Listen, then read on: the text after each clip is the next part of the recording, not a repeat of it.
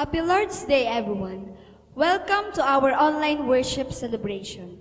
Sa araw pong ito, wala po tayong ibang gagawin kundi pasalamatan at awitan ang ating Panginoon. Damhin mo ang presensya ng Diyos at lahat ng papuri ay nararapat lamang sa Kanya. Sige po, tayo po'y magpuri sa ating Diyos na buhay.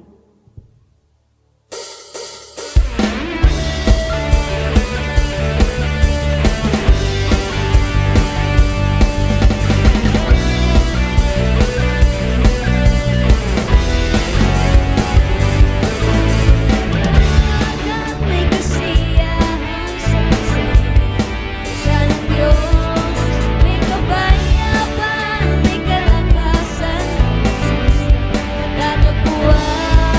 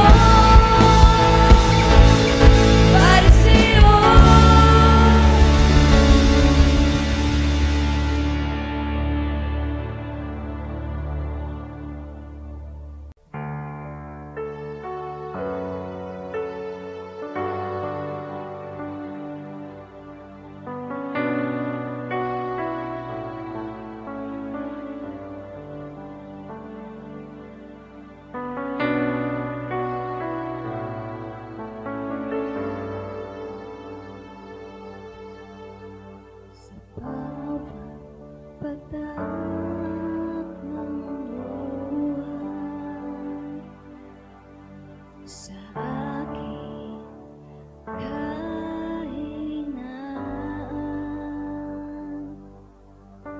sa bawat buhok at panalangin. Di mo ako iniwan, Jesus, ika'y nariyan. Itataas ang aking mga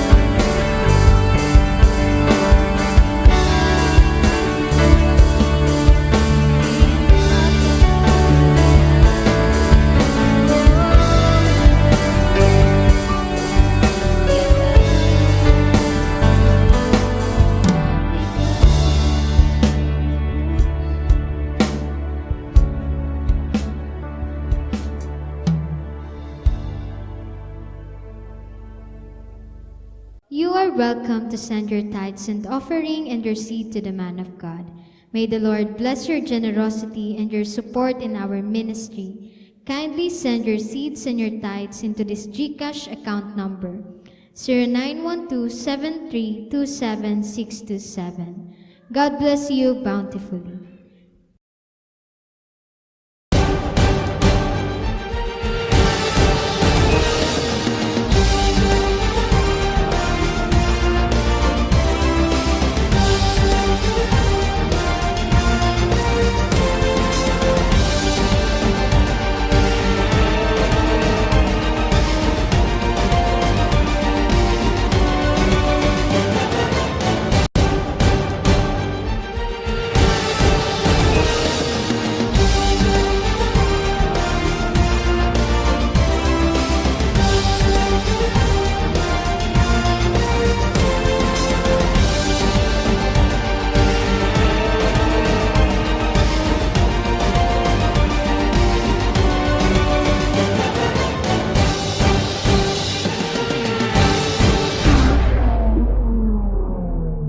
Happy Lord's Day po sa ating lahat. Welcome po sa ating online worship celebration at sa ating on-site worship celebration.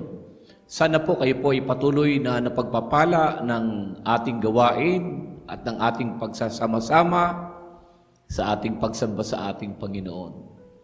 Mahalaga po ang nais ko pong ibahagi sa umagang ito. My topic today is entitled, Why Seek God? Why seek God? Bakit kailangan nating hanapin ang Diyos? Ang sabi po ng Jeremiah 29:13, You will seek me and find me when you seek me with all your heart. Hanap ka rin kay Lord, kapatid. Napansin niyo ba sa panahon ngayon, lahat tayo may hinahanap? Hinahanap natin kung ano-ano. Naghahanap ng promotion, naghahanap ng trabaho, love life, ang iba, peace of mind, naghahanap ng sagot sa panalangin, naghahanap ng kaligayahan. Pero minsan nakakalimutan natin na hanapin kung ano at kung sino yung pinakamahalaga na pinagmumulan ng lahat ng ito, ang Panginoong Diyos mismo. Ang tanong, bakit nga ba kailangan nating hanapin ang Diyos? Hindi ba't siya naman ang dapat na lumapit sa atin? Pero ayon sa Bible, seek God with all your heart. Ibig sabihin, meron tayong role. Meron tayong dapat gawin. God is not hiding to frustrate us. He is inviting us into relationship. Bakit nga ba dapat nating hanapin ang Diyos? Una, because God is the source of everything we truly need. In Psalms 23 verse 1, The Lord is my shepherd, I shall not want. Ang mundo maraming pwedeng i-offer. Pera, comfort, fame.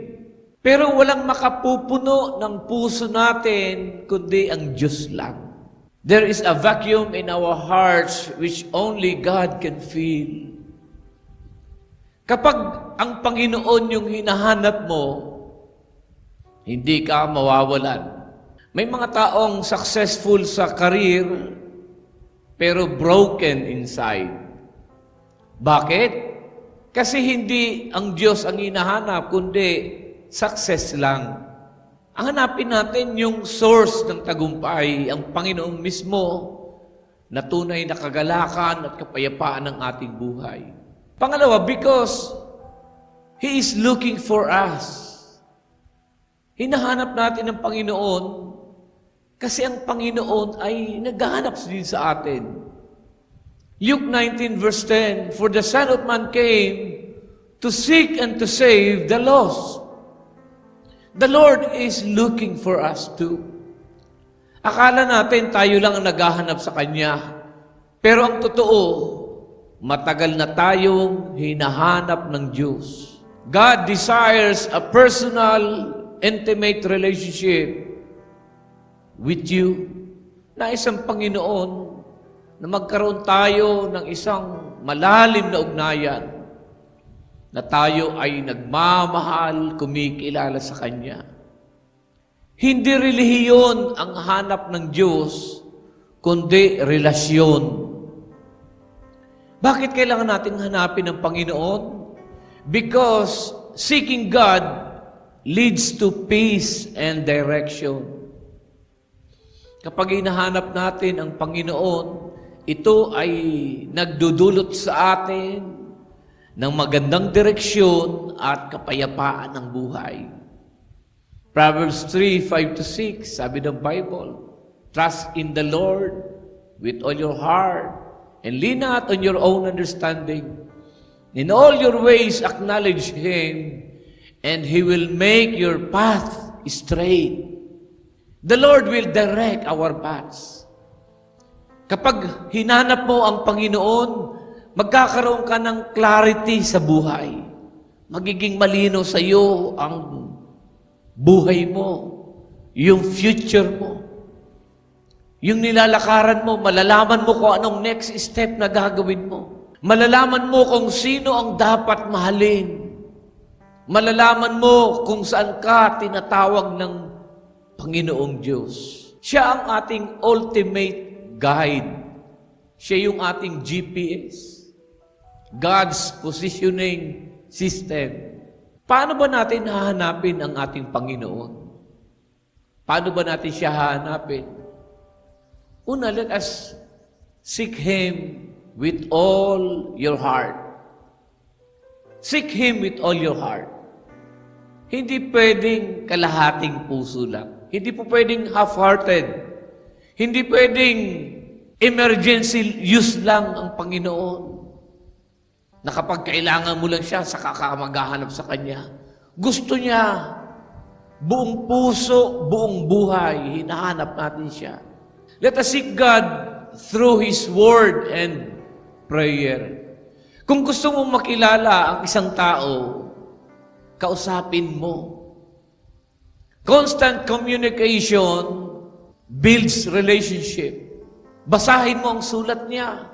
Same with God.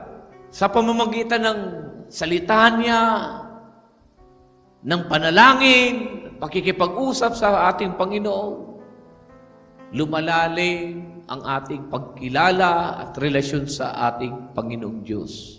Pangatlong hakbang ng paghahanap is worship and fellowship. Sa pagsamba, sa ating church celebration, sa ating small groups, sa ating mga sibahay, connect groups. Ito ay hakbang ng paghahanap sa Diyos.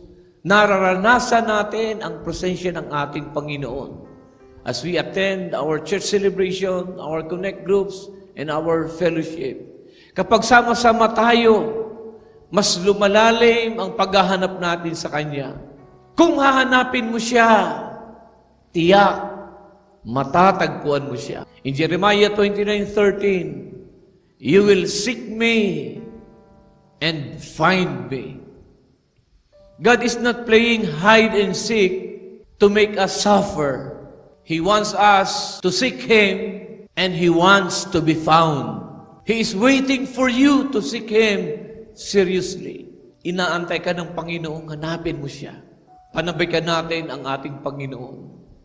What or who are you seeking today? Ano po ba at sino po ba ang hinahanap natin ngayon? Kapag hindi ang Panginoon, baka kaya ang feeling natin lagi tayong empty, tired and lost. Kasi hindi sila yung hinahanap natin. Ngayong araw na ito, simulan natin ulit ang hanapin ng Panginoong Diyos. Seek Him in your decisions, in your family, in your future. Because when you seek Him, you will find purpose, peace, power, and most of all, His presence. Mga kaibigan, ano bang benepisyo ng paghahanap sa ating Panginoon? Meron pong benepisyo, may balik sa atin yung paghahanap natin sa ating Panginoong Diyos. Sabi ng talata, you will seek me and find me when you seek me with all your heart. What are the blessings that come when we seek God? Una, seeking God brings clarity and direction. Sabi ng Bible, in all your ways acknowledge Him and He will direct your path. He will make your path straight. Kapag hinanap natin ang ating Panginoong Diyos, binibigyan niya tayo ng guidance, ng gabay sa mga desisyon natin. Hindi ka maliligaw, hindi ka maguguluhan. Ang direksyon ng buhay mo ay tiyak na tama. Parang GPS. Kung hindi mo isiset ang destination, maliligaw ka. Pero kapag connected ka sa signal, connected ka kay Lord, He will reroute your life in the right direction. Itatama ng Diyos ang lakad mo, ang direction mo. Sabi ng Bible, the steps of the righteous are ordered by the Lord. Pangalawang benefit, seeking God gives peace in the midst of chaos. Ang Panginoon ay nagbibigay sa atin ng kapayapaan sa panahon ng kaguluhan. Pag hinahanap natin si Lord, He will give us peace. In Isaiah 26 verse 3, sabi ng Bible, you will keep in perfect peace those whose minds are steadfast because they trust in you.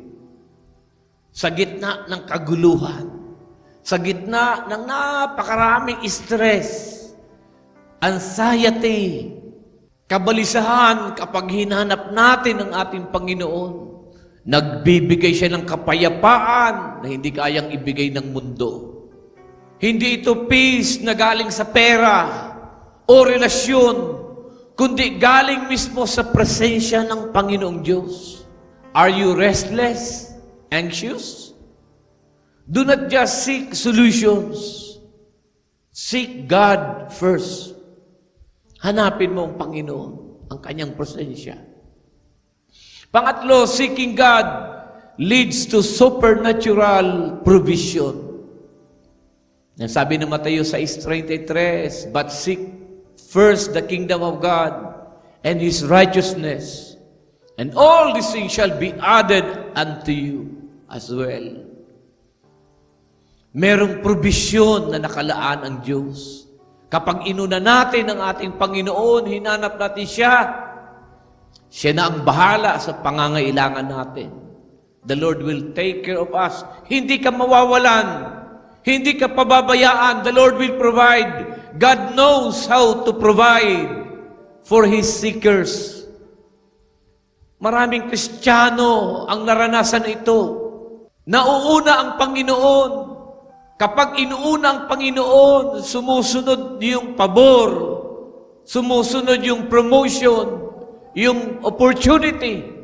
Pangapat, seeking God results in intimacy with Him.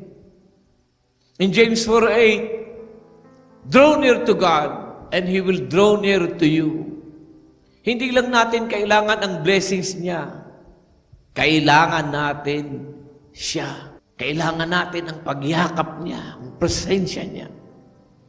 As we seek Him, we get to know Him more.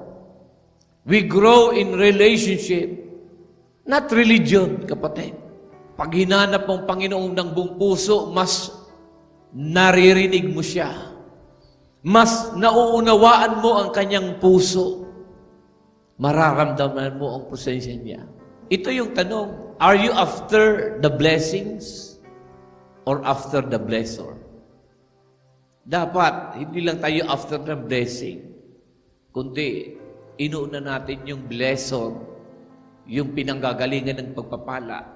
Unahin natin, hanapin ang ating Panginoong Diyos.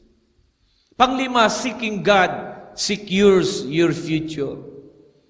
Ang paghahanap sa Kanya ay nagsisiguro ng ating kinabukasan, ng ating bukas.